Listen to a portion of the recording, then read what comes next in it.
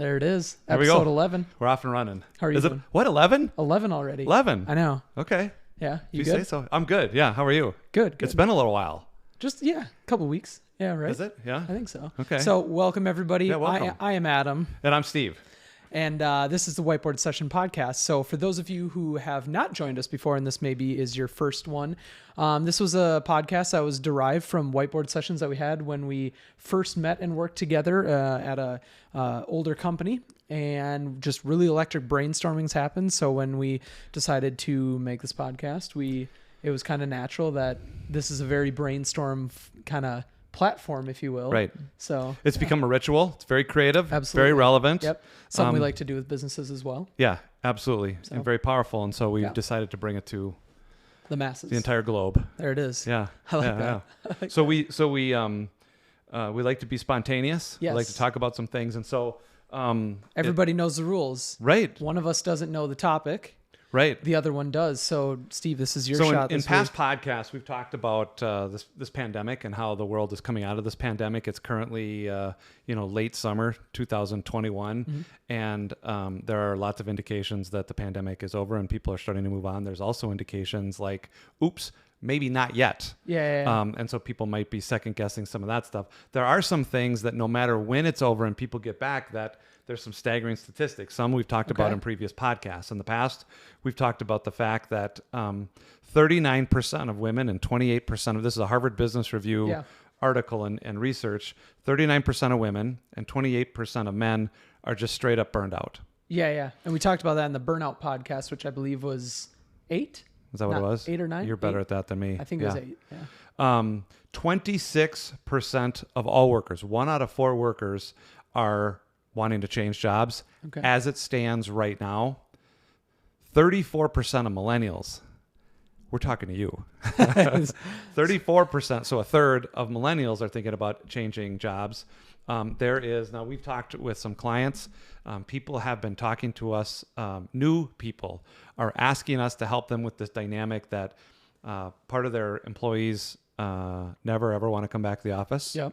Another strong percentage of employees never ever want to work from home again. Yeah. Harvard Business Review says that there's 32% that never want to go back to the office, and 20% never want to work from home again. And if I'm not mistaken, the 32% that never want to go back into the office, when we were touching on this, I'm pretty sure they were the ones who were younger city dwellers, the millennial. That's exactly right. And then the ones that do want to go back into the office might be your suburban husband and wife or suburban couple, Right. or a little bit older generation. Yeah. Something like that. And I think the blend, people with kids are split. Yeah. Some people like that opportunity to deal with whatever the kid issue is at home. I've currently got that situation, Yeah. and depending on what's going on in my life and the kid's life, some days it's great to be able to be at home. Other days it's like, oh my God, I got to get out of here. Yeah. It's too distracting. I need, to focus on some of that. So I'm sure a lot of people can relate to that. oh yeah. And so by just refreshing this data, we're just trying to make the point, the very timely, relevant point that it's an issue, that the world is getting reset, whether you want to admit it and acknowledge it or not, it's happening. So yesterday, I believe, you shot a Gallup poll over to me. Yep. This is dated July 21st, 2021. The title of this article is called "The Great Resignation is Really the Great Discontent."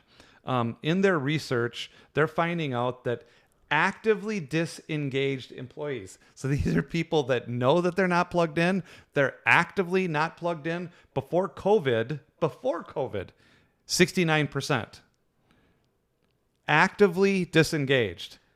After COVID, or as it stands right now, 69 is now 74% actively disengaged. The second category is just not engaged. It was 51. Now it's 55.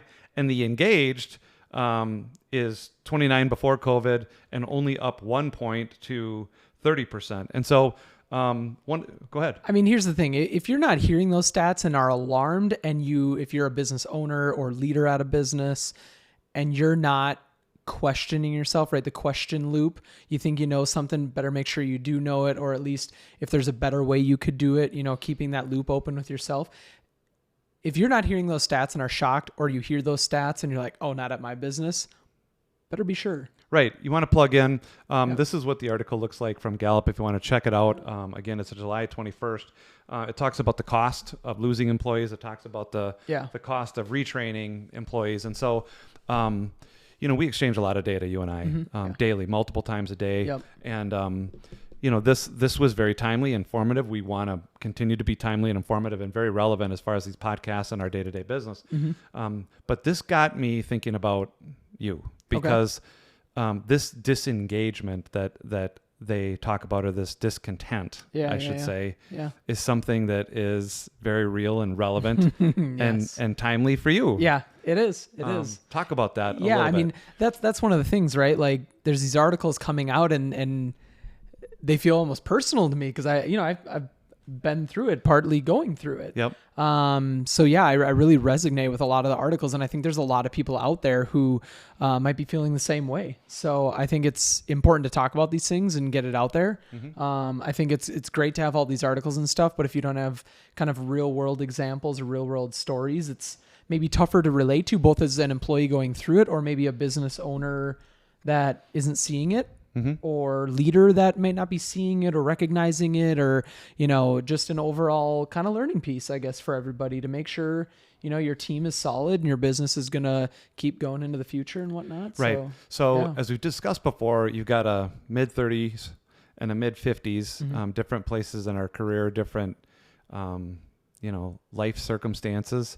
And we've occupied different roles in business. And so, as we talk about employees that are discontent, some leaders and owners, executives, managers can take that very, very personally. Like, what are you talking about? I'm doing my very best. And there's absolutely no question that COVID and all of the things going on in the world have challenged leaders and managers like they've never been challenged before. How do we stay relevant? How do we manage the changes, the economy, labor? You and I were talking with one of our old buddies who is a senior executive, used to be the CEO of a very familiar company that serves most of the schools across the country. And he was talking about how labor is the biggest issue, recruiting people, retaining people. So people are dealing with this discontent, and it's not because they don't care. It's not because they don't make the right efforts.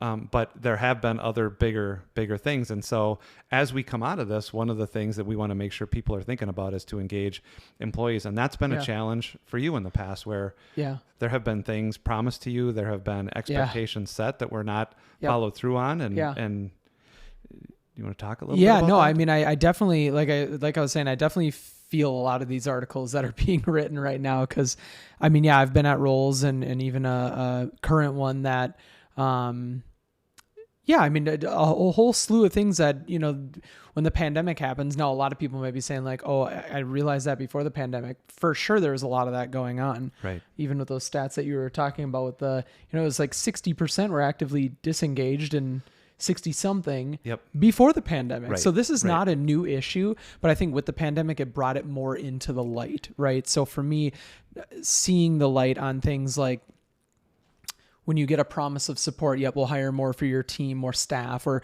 we'll make that technology upgrade, or we'll invest in this or that, or get you more support on your team even. Exactly. Yep.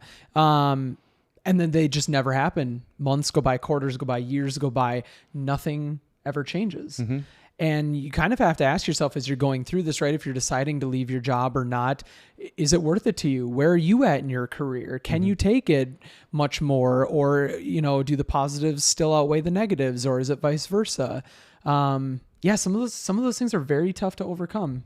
The lack of support, the lack of listening. I'm from a mindset that if you're a business owner or a leader and you hire employees to work for you, you're hiring and you hire the best possible person you can for that position for your company to do that job.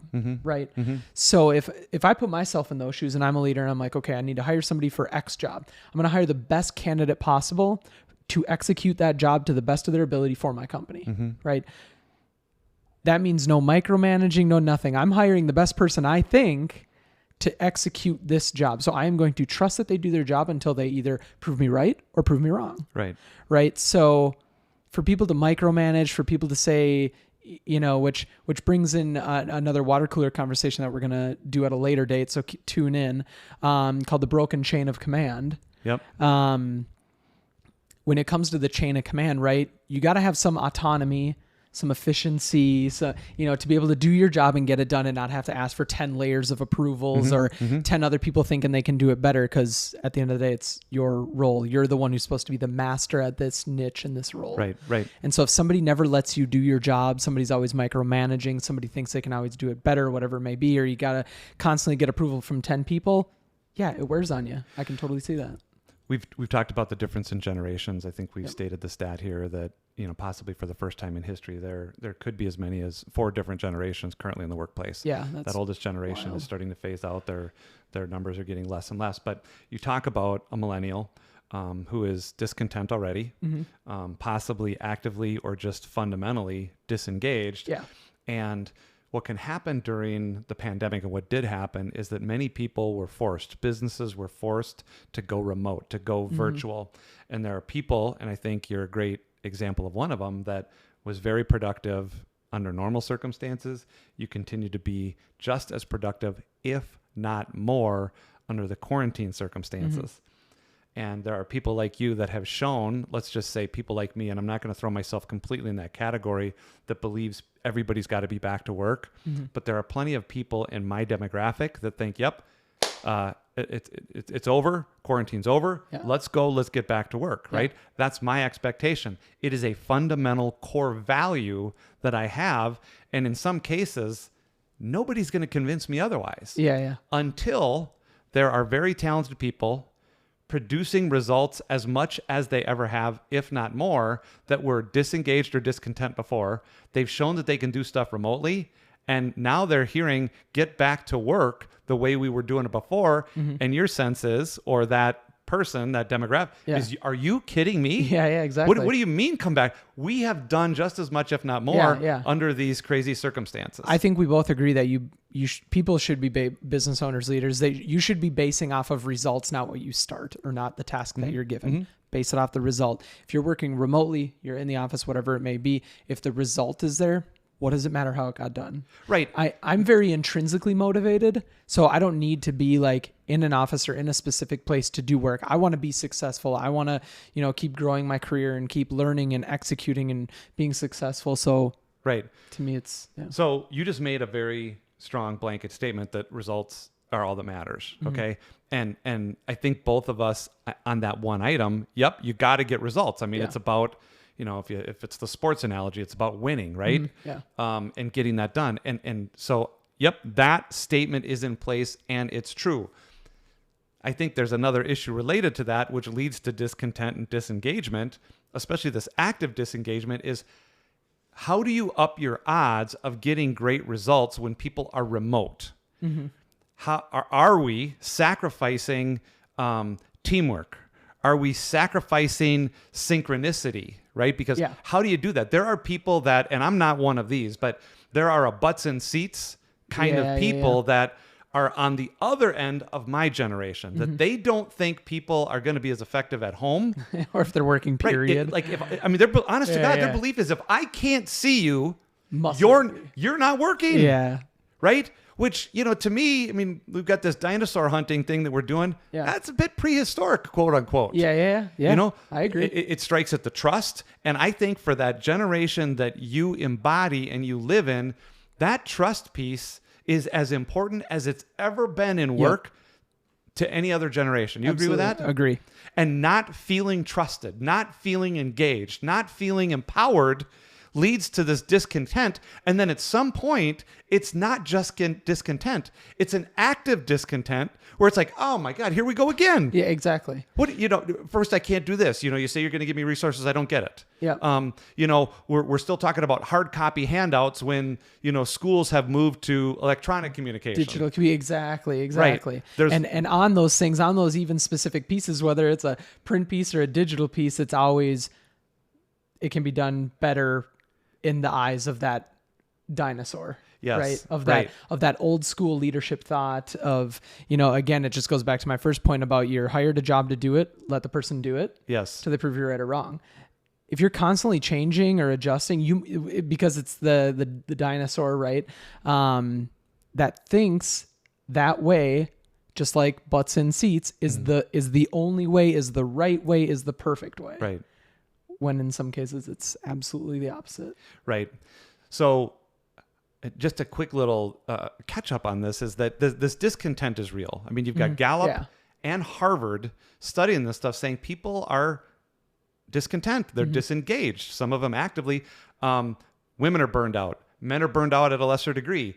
Everybody's thinking about changing jobs. Millennials are really thinking about changing jobs. Yeah. So it is there. How do we solve that? How do businesses move forward? Our position, strongly my position, is you engage people in a conversation. And some leaders are going to say, give me a break. We're the leaders. We're going to figure this out, and we're going to kind of tell people what to do. You're going to miss perspective. The 70-year-old, business owner, business executive that still thinks that they can read or understand the minds of a 30-something with kids growing up with, this kind of technology, and there's no more handouts in school. That 70-year-old can't do it. They're not going to understand it, and they're never going to convince the 30-something that their prehistoric, our word, way of doing things is the best way to do it. And that, more than ever, is going to lead to discontent and disengagement. Yeah, absolutely. And I think there's going to be a lot of people watching this, whether you're in a leadership role or just any employee of a business, that's going to resonate with that. There's going to be a lot of issues that come to the surface, and a lot of them have to do with that. Do you feel heard? Do you feel understood? Do you feel like you have autonomy in your job? Talk a little bit about what, as that situation presents itself in a position, as it persists, and then as it gets to a point where you say, enough. Yeah. And the other thing too, I want to talk about too, so don't let me forget, is how you mentioned a minute ago, what can businesses do about it? I think it's very, right. One of the things that we, I guess, like to pride ourselves on is how you operationalize it. Operationalize it. Operationalize Integrate it. these soft. Make it a systemic change. Yes. Instead of just talking about it, right? What can you do to change? Because some people might be watching this and that's what they're here for. Right. I think as it pertains to your first point, at least when I was faced with it, I hope some people can relate. If not, I hope you can learn a thing or two about it, maybe for your own personal situation. But when it came to me, there's right. You have a role. It's never going to be perfect. Just like you're always going to work with people you don't like or people you do like.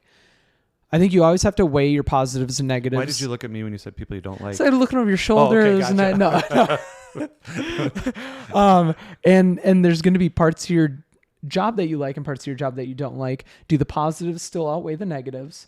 And how long, and my wife and I were just talking about this too, how long can you have to take two things into account here. One, where do you want your career to go? And two, how much can you take before it starts affecting or you start sacrificing morals or quality of life, mental health. Yes. So physical health, so many things. I bet there's some people that are losing sleep over this decision. I lost sleep over, deciding to move on from a business. And so there's a lot of things that you got to take into account when making this decision. For me, the negatives started outweighing the positives. I wanted my career to keep growing. I wanted to keep advancing. I wanted to keep learning. So those were like the first two or three things.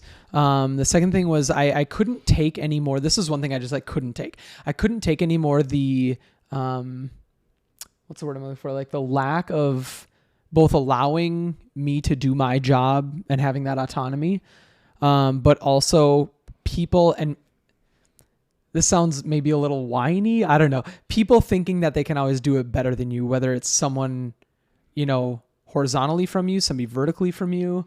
Well, and just to be specific about that, there's a social media component of your expertise. There's a creative component. There's a marketing component.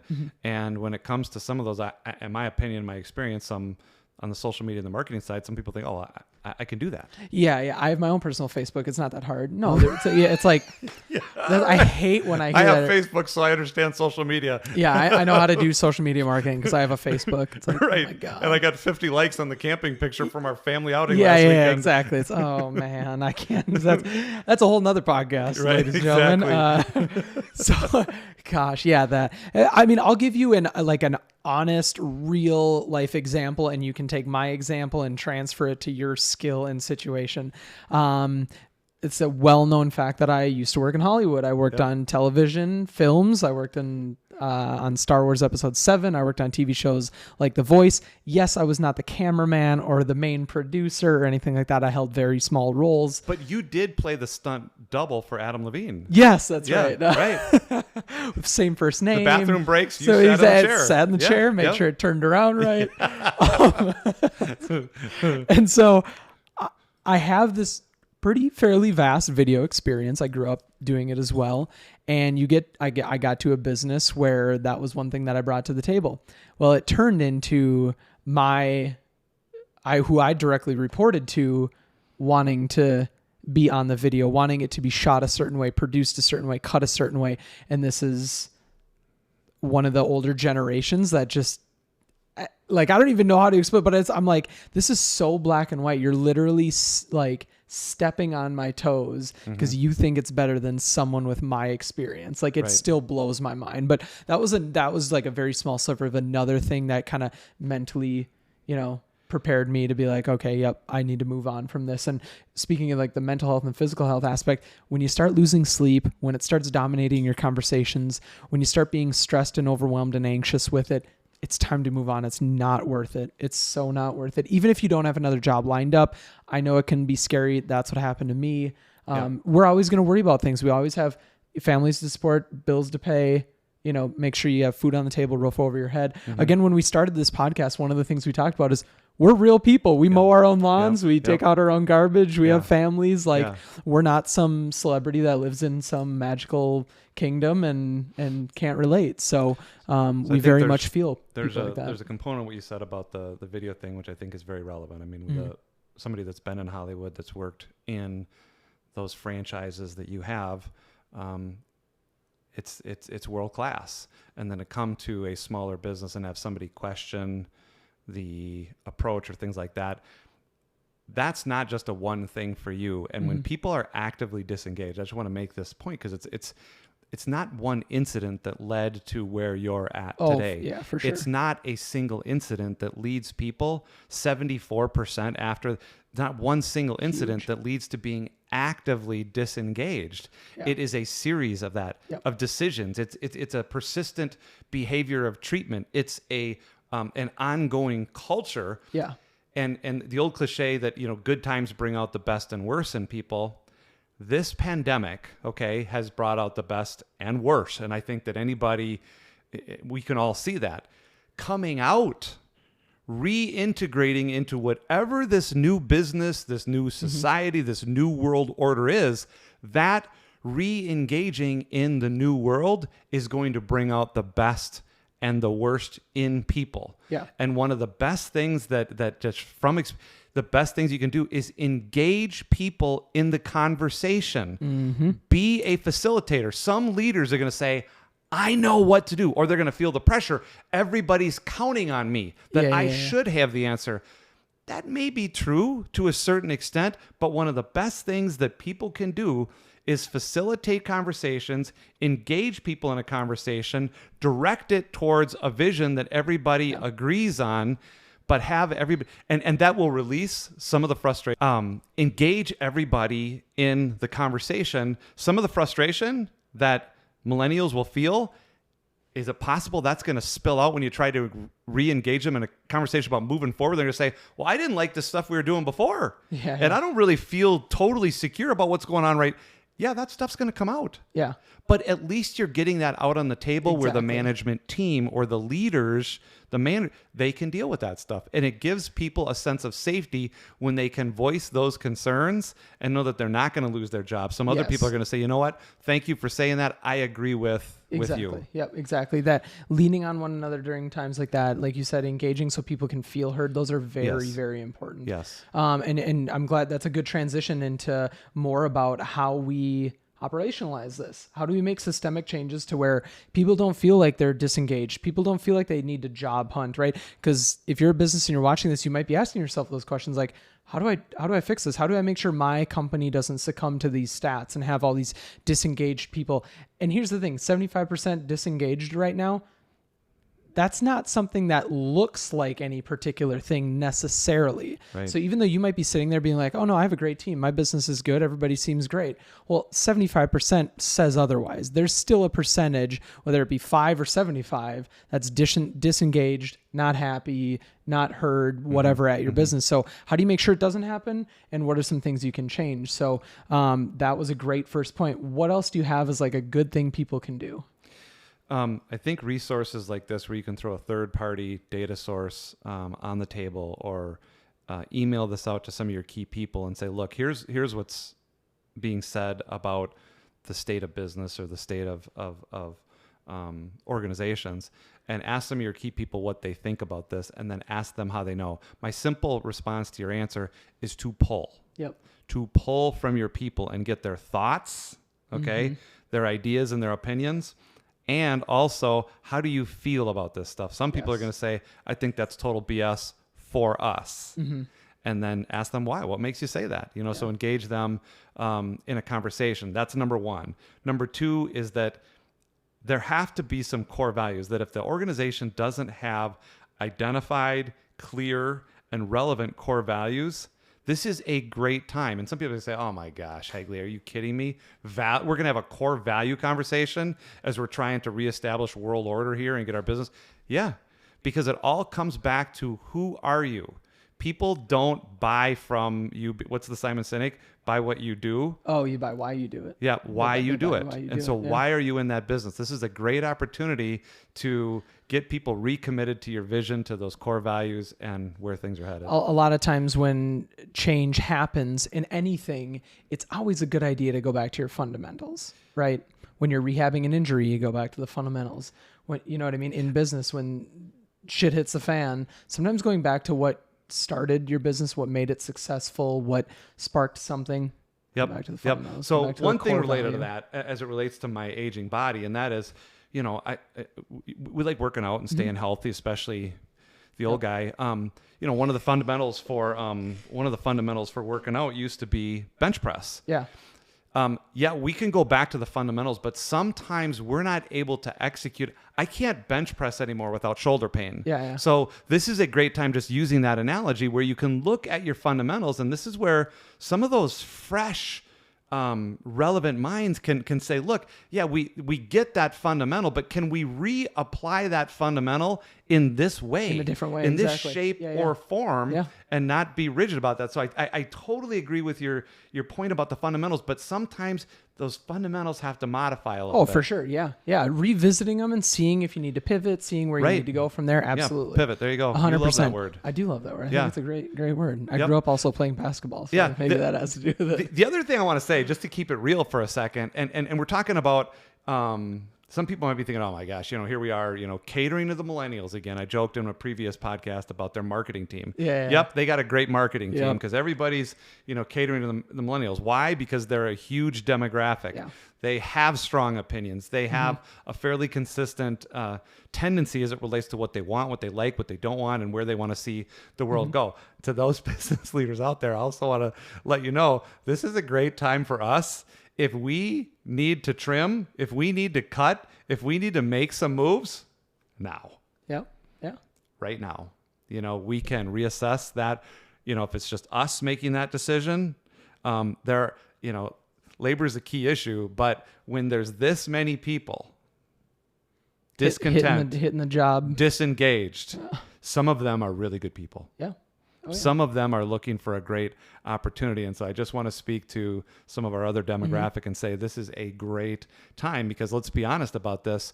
The more that you've been discontent doing some other things, that has not gone unnoticed to me. We are working more and more and pouring it on. And I think there's an incredible opportunity selfishly, for me to utilize a tremendous talent resource like you. And no, I mean, I appreciate that. I think for me, it's, one of the things that I take away from this is the same thing that I would say to business owners on how you can apply changes to make sure this doesn't happen to you, or to make sure you don't, that moving forward, it just doesn't happen to you, I guess, whether it's existing now or there's a threat of it existing at some point. Is couple of things that I started with: the autonomy, making sure your employees not only feel heard, but feel like they can do their job without a million levels of approval or fear of losing their job or some aspect like that. So autonomy, feeling heard, feeling understood. You had talked about in a previous water cooler conversation, the communication method and how it is a lot better when you have like the face-to-face, right? It's one thing to hear the words. It's another thing to see the face, all the percentages. Go back and watch that water cooler conversation to kind of get the full aspect of that point. But making sure your employees are engaged, like you said, both. If you have to do everything remotely, make sure the Zoom cameras are on. Make sure you have team meetings that just start with, "Hey, how you doing today?" No talking shop off the table, making sure everybody's okay, making sure home is good. They're not getting burnt out. They're not stressed. They're not anxious. Right. If they do, okay, give them some space. You know what I mean? So just more real talk like that. Have some things that maybe aren't work related, but in person, right? Because that'll still help people have this like personal connection of being in person. Right. And I think some of those things will be key to having people engaged, having those relationships stay close, and making sure people aren't disconnected or discontent. And I think that's those like 2-3 points along with yours, I think are very big steps to start with. Just looking at our notes there for a second, I think one other thing that was challenging for you is some of the inconsistent communication where, I think anybody that knows you and has worked with you knows that you're a steady, rock solid performer. And there were times where, people in, a position of power influence, told other people, Adam's killing it, best ever kind of thing. But the consistency of that message was not offered to you. There was a very different, in some cases, opposite message. Yeah. And so I think, go ahead. Well, I was just saying there's like kind of one other point to almost leapfrog off that. Again, if you're watching this and you feel like you're being told that you're killing it or somebody is, and then they turn around and tell somebody else that you're not, or if you are doing well and those results are there and you're being successful and somebody questions your work ethic, questions your skills, your abilities, questions your job, that's another big sign that it might be time to move on, because the lack of, what's the word I'm looking for? Well, it's consistency. I think it's being steady. Yeah. It's being honest, having integrity in all positions, in all situations. Yeah. So I think that, and I appreciate you throwing in that twist there. In some cases, in your case, I heard conversations about, hey, this guy's killing it. But then I heard from you that wasn't always shared with you. In some cases, you were hearing the opposite. On the flip side, it was like, hey, you're killing it. And then it's telling, the other people. Yeah. So one thing for people out there, as we look at this overwhelming data, is whether you're an employee, mid-level or on the high end of the organization, being consistent in your own communication is absolutely essential. When somebody asks your opinion, be candid. Yep. Be authentic. Candid. Be honest about it. And in some cases, might the culture react negatively if you're overly... Yeah, it might. But in that case, you might start to change that culture if there's other people that relate to your position, your candor, and it creates a more safe space to be candid and honest. So I think this time offers everybody an opportunity, first and foremost, to be really honest with themselves. Yep. And make those decisions. Obviously, that research shows that people are at least thinking about it. Yeah. And then it offers organizations, departments, teams that same opportunity to talk about things, figure out where they're going to go. Yep, exactly.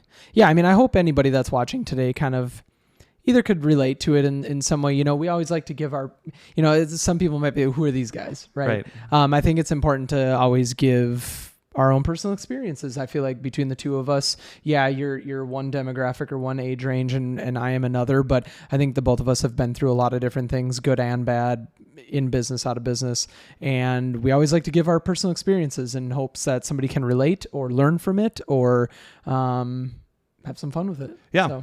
So we're wrapping it up. Yeah, I think so. The one thing, going back to where we started here, if you find yourself, if that research is correct and you're finding yourself in one of the 3/4 of the people that are actively disengaged, that means that you are consciously aware that you're not engaged in ways that you should be to keep your job, or frankly, ways that are good for you. So that is a conscious awareness that you are disengaging from things. And so you're going to want to figure out what you do want to be engaged in.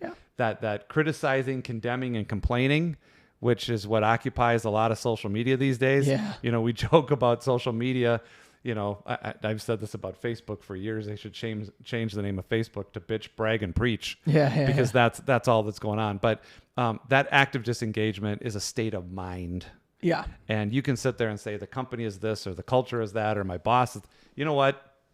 Figure out what you want. Figure out what you want, and re-engage in a business or a mindset or a team that's good for you. Exactly. Once you figure that out, it might not be at your current place. So, And we'll probably come back to this if people are kind of curious where you're at and how things. Absolutely. There definitely could be a part 2 to this. So stand by. It's kind of funny. We've been getting into a lot more topics that are going to require a part 2, part 3, part 4. So. Well, we got some things happening with clients that, exactly. that you're looking forward to, and that's what elicits a lot of this stuff too. Honestly, we work with people on these topics all the time, so it helps. Yep. Awesome. Well, thank you again. Thank you, and thanks for tuning in again. Episode 11. In the book.